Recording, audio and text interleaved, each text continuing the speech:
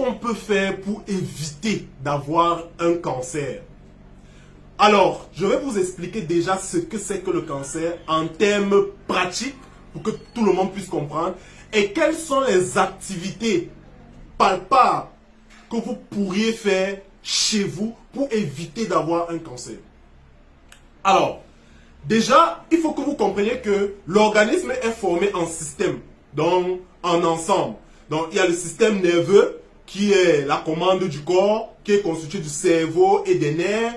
Il y a le système cardiovasculaire, le cœur et les vaisseaux, le système respiratoire, les poumons et les voies respiratoires et tout. En fait, le corps a plusieurs systèmes. Et ces systèmes ont les organes, ok? Et dans chaque organe maintenant, il y a les éléments fondamentaux de l'organisme qui sont des cellules. En fait, c'est comme les briques qui constituent une maison, ok? C'est la cellule, l'élément fondamental. En fait, l'unité, ok? Qui constitue vraiment l'organisme. Maintenant, cette unité est différente au cerveau, au sein, à l'utérus. C'est pour ça que vous aurez un cancer du sein qui a ses particularités. Vous aurez un cancer de l'intestin qui a ses particularités. Et puis maintenant, dans les cancers du sein, il y a aussi plusieurs, parce que dans un organe, il y a plusieurs types de cellules aussi. Donc, là, c'était pour vous dire que l'organisme est constitué de ces cellules-là. Et la cellule ou cette brique a la capacité de se multiplier, a la capacité de se détruire, ok? Et cette capacité-là, elle est liée à une commande, ce qu'on appelle l'ADN. Et il y a des gènes qui sont la commande de la cellule, la télécommande. Maintenant, le problème avec le cancer, c'est quoi? C'est que lorsque cette télécommande est défectueuse, qu'est-ce qu'elle va faire? Elle va demander à la cellule de se multiplier d'une manière plus rapide et de ne jamais se détruire. Ok? Parce que naturellement et normalement, la commande fonctionne bien. Ça veut dire que la commande va dire à la peau, par exemple, de se multiplier et de se détruire à une certaine fréquence. Ça veut dire, vous devez savoir que, par exemple, la peau que vous avez maintenant, ce n'est pas la peau qui a de cela 3 mois, non. C'est une nouvelle peau parce qu'elle se renouvelle progressivement. Il y a les cellules qui meurent et il y a les cellules qui naissent, ok? Mais tout ça est contrôlé par une télécommande dans ces cellules-là. Lorsque cette télécommande est défectueuse, un cancer peut arriver. Et il suffit juste que ça arrive sur une seule cellule pour qu'elle se multiplie d'une manière anarchique. Donc quand ça arrive au niveau du sein, on parle du cancer du sein. Quand c'est au niveau du col, on parle du cancer du col de l'utérus. Quand c'est au foie, on parle du cancer du foie et tout. Donc, voilà un peu. Maintenant, vous allez me demander, docteur, pourquoi la télécommande là, qu'est-ce qui fait en sorte que la télécommande là devienne défectueuse? Ok? Et c'est ça la question qu'il faut se poser. C'est ça le plus important. Alors, la première chose, c'est que il y a des gens qui naissent déjà avec une télécommande un peu déformée. Et au courant de leur vie, il y a un petit truc là, allez, bam, la télécommande devient défectueuse. C'est ce qu'on appelle des prédispositions génétiques. Ok? Et ces gens, ça arrive pas dans tous les cancers. Par exemple, le cancer du sein, par exemple, il y a une prédisposition génétique. Ok? Qui est de 5%. Le cancer, par exemple, de l'ovaire, il y a une prédisposition génétique. Le cancer du côlon, il y a aussi une prédisposition génétique. Ok? En fait, il peut avoir une prédisposition génétique. Ce n'est pas tous qui ont des antécédents. Ça veut dire quoi? Ça veut dire que dans la famille, s'il y a quelqu'un qui a eu ce cancer, vous êtes prédisposé à l'avoir. Et il faut rapidement faire un check-up. Donc, la première chose, c'est la prédisposition. Maintenant, la deuxième chose, et c'est l'élément qui donne le plus de cancer qu'on connaît, c'est le tabac. Ok? Et je tiens à dire que le tabagisme ici, ce n'est pas uniquement un tabagisme actif. Ce n'est pas seulement la personne qui fume, mais c'est aussi son entourage. Donc vous si vous êtes à côté d'un fumeur, vous pourrez très bien aussi développer un cancer du poumon. Et il y a une autre chose, c'est que le cancer, le tabagisme n'est pas lié à un effet accumulatif. Ce n'est pas parce que vous avez fumé pendant 20 ans un paquet de cigarettes par jour que vous êtes plus susceptible d'avoir un cancer qu'un individu qui a fumé pendant 10 ans et un demi-paquet. Non. Ce n'est pas lié à la durée et à l'intensité. C'est lié à l'exposition. Ça veut dire que vous pouvez juste avoir fumé une seule cigarette. Vous avez, n'est-ce pas, le cancer. Alors que l'effet du tabagisme sur le cœur est accumulatif. Ça veut dire que plus le temps passe, plus les effets s'accumulent. Ok? Je ne sais pas si vous comprenez la différence. Donc, à la première cigarette, vous êtes déjà exposé. Et il y a une dernière chose que je vais dire par rapport au tabagisme. En fait, c'est 30% des causes des cancers. Et il y a une chose que je retrouve de plus en plus en Afrique, en boîte de nuit, ou même dans certains, à la plage, ou bien dans certaines maisons, c'est la chicha. C'est très dangereux. Ok? Il ne faut pas fumer ça. C'est plus concentré que les cigarettes. Ok? C'est vrai que vous ne fumez pas peut-être chaque jour, mais il y a les gens qui ont la chicha à la maison. Il y a les gens qui partent en boîte de nuit, ne peuvent pas rentrer sans fumer de la chicha. Et tous ceux qui sont aussi autour de ceux qui fument la chicha sont aussi exposés au cancer du poumon, par exemple. Donc le tabac donne plusieurs cancers, donne une exposition à plusieurs cancers, le cancer du poumon, le cancer de la vessie, ok, le cancer du col de l'utérus, le cancer de la gorge, de l'œsophage. Il y a plusieurs cancers que le tabac donne. Donc le tabac, c'est l'élément le plus déclencheur de cancer. Alors, le tabac aussi, même nos grands-mères au village, ceux qui mâchent le tabac, on dit chiquer le tabac ou bien sniffer le tabac, elles sont exposées. Ok, donc on a parlé de l'exposition héréditaire, on a parlé du tabac. Maintenant, la troisième chose, c'est l'alimentation. Ok, dans l'alimentation, je vais mettre beaucoup de choses. La première chose que je veux mettre, c'est l'alcool. Ok? L'alcool, ici, là, c'est un effet accumulatif. Donc, plus vous buvez, plus vous êtes exposé, n'est-ce pas, à certains cancers. Ok? Donc, notamment le cancer de la bouche, la gorge, de l'œsophage, de l'estomac. Ok?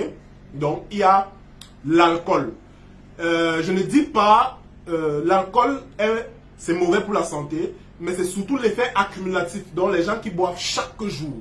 Okay? C'est l'alcoolisme, donc le fait de boire d'une manière répétitive. Vous pouvez boire occasionnellement, lors des occasions ou lors d'un repas à midi, un verre par jour, ok? Un verre de vin rouge par jour, il n'y a pas de problème à cela. Mais l'alcoolisme chronique, ok? L'alcoolisme, en fait, dans l'effet répétitif, c'est ça qui donne un problème. Alors, donc dans l'alimentation, il y a l'alcool. L'autre chose, c'est les viandes rouges, ok? La viande rouge, ici, on ne dit pas de ne pas manger la viande rouge. Mais trop de viande rouge prédispose principalement au cancer du côlon, qui est l'un des cancers les plus fréquents, notamment le 3e ou le 4e mondial. Donc, ce cancer est fréquent et l'un des facteurs déclenchants, c'est la consommation excessive de viande rouge. Donc, ce qu'on recommande, c'est 3 à 4 jours, 2 à 3 jours par semaine, il faut manger de la viande rouge, ok? Plus, c'est pas bon. Et il faut mettre plus l'accent sur les viandes blanches, comme le poulet, par exemple, les oiseaux et le porc. Il y a certaines personnes qui pensent que le porc, c'est la viande rouge. Non, le porc, c'est bel et bien de la viande blanche. Mais souligner, je ne dis pas en fait ici qu'il faut avoir une alimentation, il faut fuir la viande rouge, non. Surtout, je vais vous citer les recommandations après, qu'est-ce qu'il faut faire, qu'est-ce qu'il ne faut pas faire. Pour l'instant, je vous donne les causes. Alors, dans l'alimentation toujours, on a toutes les potions indigènes, en fait, tous les produits que vous prenez et qu'on ne connaît pas la nature, ça vous prédispose à une forme de cancer. Ok? Donc, tout ce que vous ne connaissez pas, il faut toujours dire que ça va déranger la télécommande. Est-ce que ça risque de déranger la télécommande de demain? Même, il y a beaucoup de produits maintenant qu'on vend partout.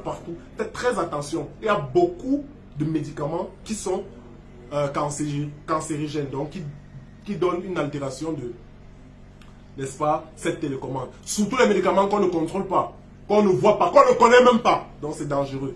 Ok, donc après l'alimentation, on va passer, n'est-ce pas, aux infections. Il y a des infections qui donnent des cancers, ok?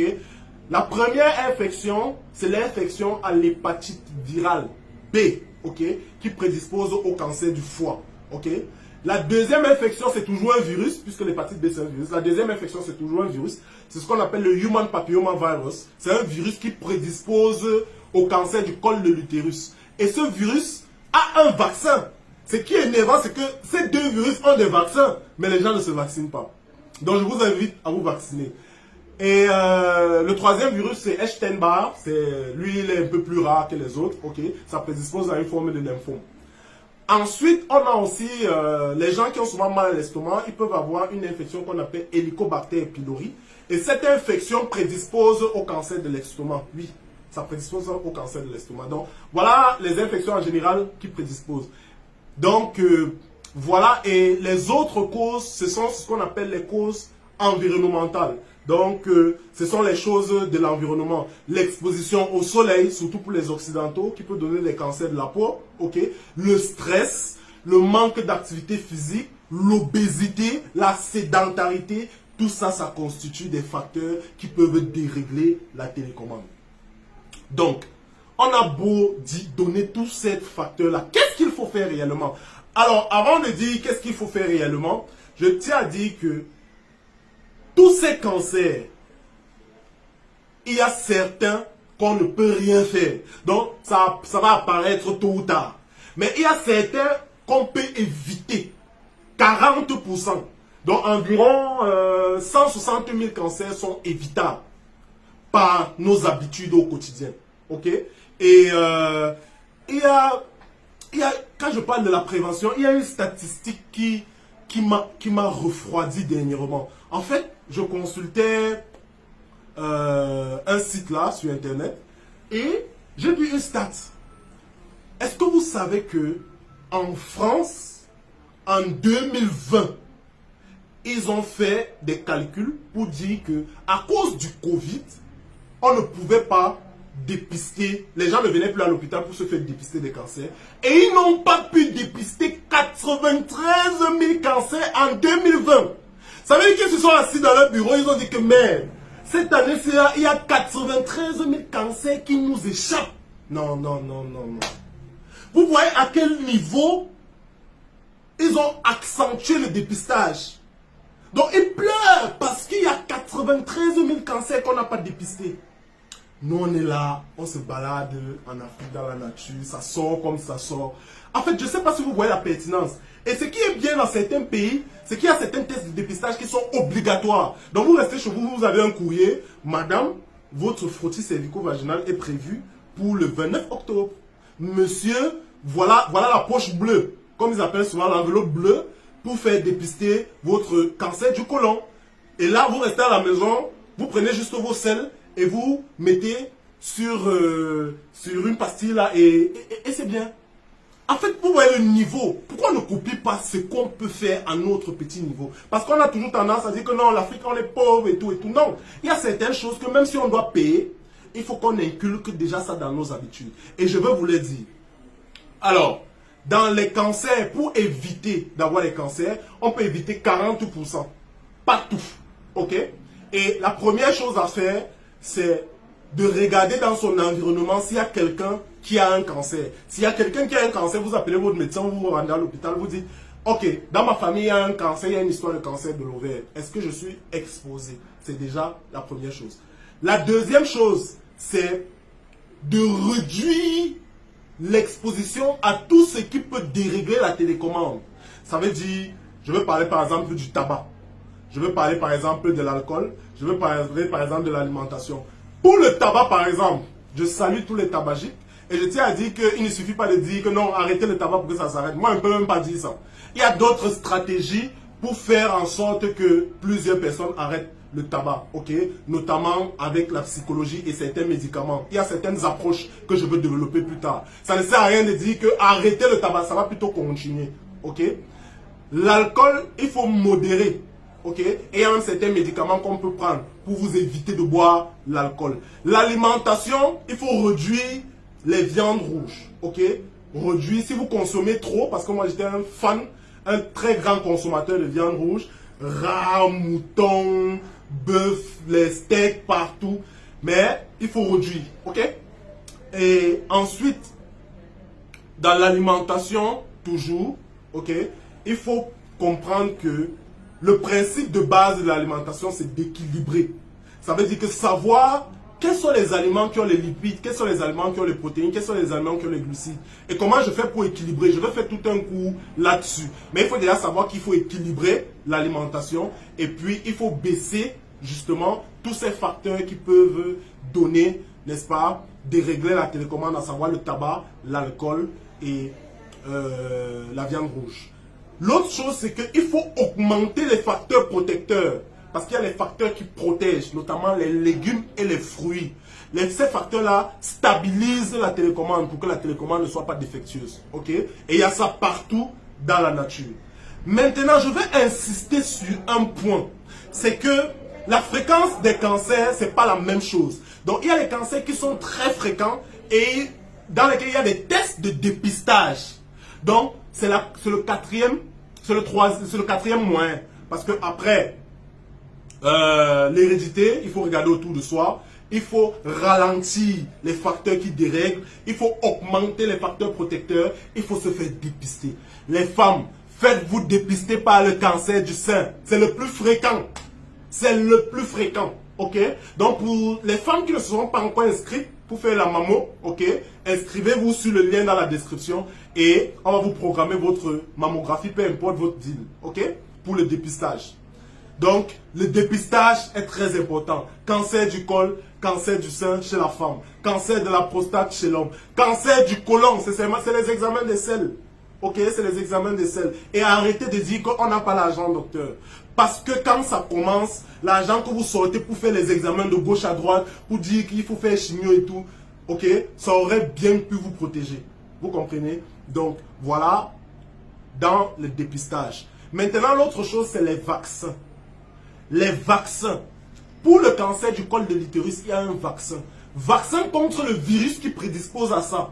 Mais lorsque vous êtes adulte, c'est tard. Le vaccin, c'est entre 11 et 14 ans. Quand la fille n'a pas encore commencé les rapports sexuels. Donc, si vous avez une fille qui a entre cette tranche d'âge, il faut l'amener, on va la vacciner. L'autre chose, c'est le vaccin contre l'hépatite. Alors, c'est formidable parce qu'il y a certaines personnes qui ne savent même pas leur statut. Et il y a d'autres personnes qui savent qu'elles sont négatives, mais elles n'ont pas encore pour le vaccin. Moi, ça m'étonne vraiment. Ok? Donc, il faut se vacciner contre ça. Alors, la dernière chose, je ne veux pas demander à un Africain d'éviter l'exposition au soleil. Non, ce n'est pas stratégique. Ok? L'exposition au soleil, c'est plus pour les Occidentaux. Et la mélanine, nous, ça nous protège d'une manière un peu relative. Mais, si vous avez un grain de beauté, il faut consulter votre médecin ou votre dermatologue pour se rassurer qu'il n'y a pas de problème à ce niveau. Il faut éviter au maximum le stress et favoriser l'activité sportive. Donc voilà concrètement les mesures que vous devez prendre pour éviter d'avoir un cancer. Si vous avez des questions, vous pouvez me les poser en commentaire et je vous dis à très bientôt. J'espère que vous avez aimé cette vidéo et à très bientôt pour la prochaine.